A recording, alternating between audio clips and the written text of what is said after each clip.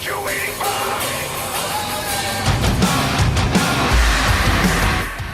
Hi, today I will show you some maintenance tips for your bike.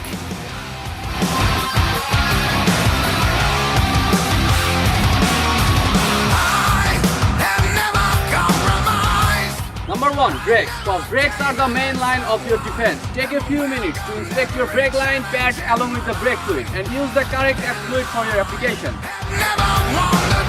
Number 2, switch. Start with the engine oil.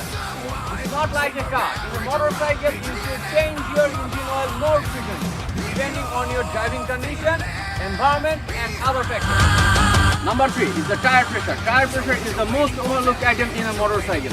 It is responsible for your well controlling and high speed, chain and other parts.